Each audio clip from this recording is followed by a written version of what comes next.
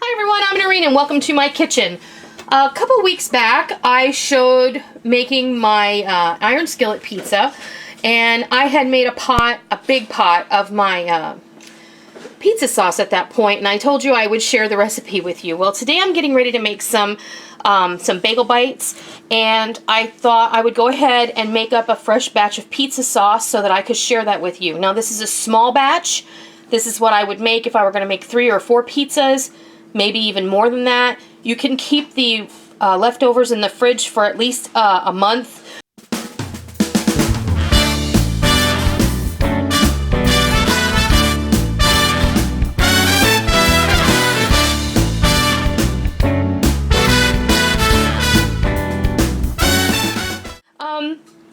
What we're going to do to start off is, and I'm going to put everything in this pan, and then we're going to simmer it for a little while.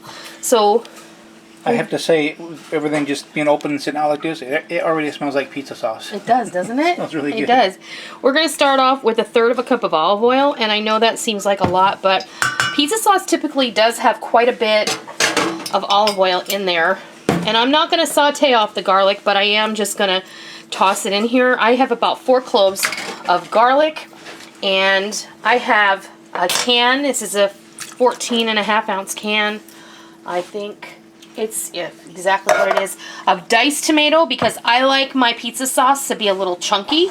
I have the same size can of just plain tomato sauce, and this, folks, if you prefer, it doesn't matter. Use the brand that you like. This is a great use for the store brand because you're boosting all this flavor and you're making it your own. So this is a really great pantry kind of thing.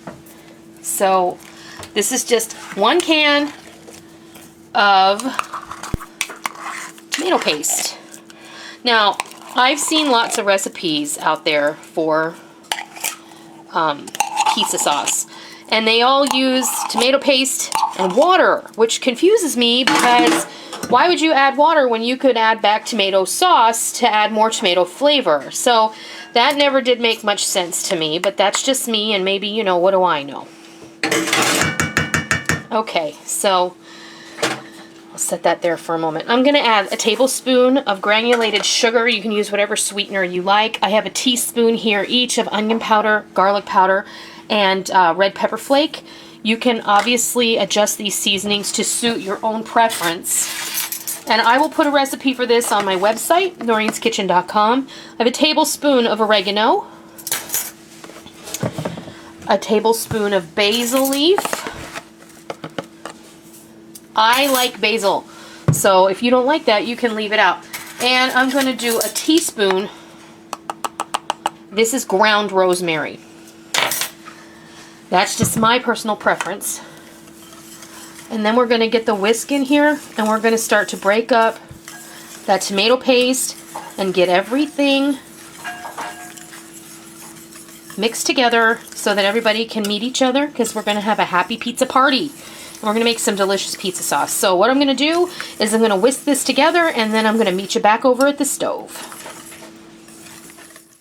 Rick and I have both tasted this cold, and I'm going to add about a teaspoon of salt just to balance it out. And then we're going to wait. We're going to bring this up to a simmer, and we're going to simmer this for about 20 to 30 minutes. And it's really perfectly thick enough right now. Reason I'm heating it up to simmer it is just to bring all these flavors together and to hydrate all those dried herbs that we put in here. Of course, you can use fresh herbs, but I don't have them coming out of my garden quite yet. It's still too early in the year. Of course, if I had fresh ones, I would be using them. But because I have dried ones, we have to allow them to hydrate in this beautiful sauce. So I'm going to let this come to a simmer, and I'm going to let it sit and simmer for about 20 to 30 minutes. And then we'll be back, we'll give it a taste, and we'll even out the flavors if we need to. If you find that you need it to be a little more acidic, you can add a tablespoon of red wine vinegar. You can, of course, adjust the salt, sugar, and other seasonings to suit your own palate. So we'll be back when this is ready. All right, our sauce has simmered, and everybody's gotten to know each other, and now we're going to give it a test. I will tell you that I did add a 1/2 cup of good quality Parmesan Asiago cheese blend in here because it needs a little boost. Now you have your choice when you want to, you know, balance those flavors. We added a little salt, we added a little Parmesan, and then also at some point, if you need a little more brightness, you can add a splash of red wine vinegar in here, but I'm not sure that we're going to need that. And like I said, of course, you can... We'll taste here. You can adjust to your own palate. We're going to give it a taste.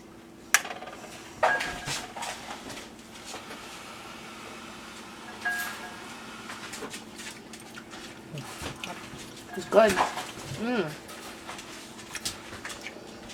I like it. What do you think?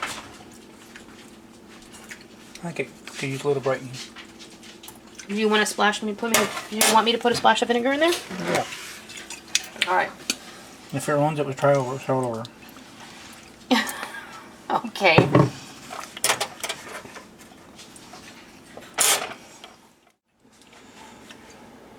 That's nice.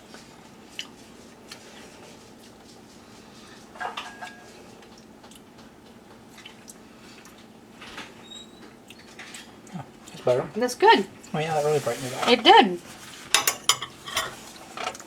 Yeah, that's Well, nice. there you That's have it. good. All right. So this is really a balanced thing. And your tomatoes are going to differ because different times of year and whenever they can them, so they're going to have either more acid or they're going to be saltier depending on your brand and what have you. So they just need to adjust to their taste. Right. You adjust it to your taste. Add a splash of red wine vinegar. Add some salt, some Parmesan cheese until you get it where you want it. I will post the recipe for the way I made it here on my website. You can go there, you can print it out, and you can keep it for yourself, and you can give it a try. And I hope you do try this, and I hope you love it. And stay tuned because we're going to be using this on some homemade bagel bites, and that video will be coming up shortly. I hope you try this pizza sauce, and I hope you love it. And until next time, I'll see ya. Thank you for joining me in my kitchen today. I hope you liked what you watched today, and I hope that you try it, and I hope that you love it. If you like what you saw, please consider hitting the thumbs up button and giving me a positive rating. And also, make sure that you hit the subscribe button if you're already not a subscriber so that you don't miss out on any of the fun we have here in our kitchen every single day.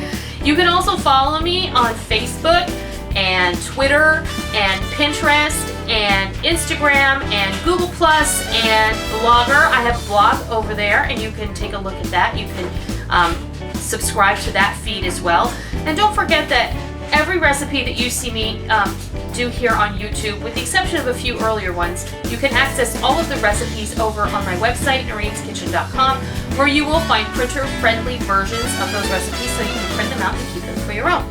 So, I hope that you enjoyed it. I'm really glad that you're here. Thank you for stopping by. Don't forget to come by tomorrow. Until next time, happy eating!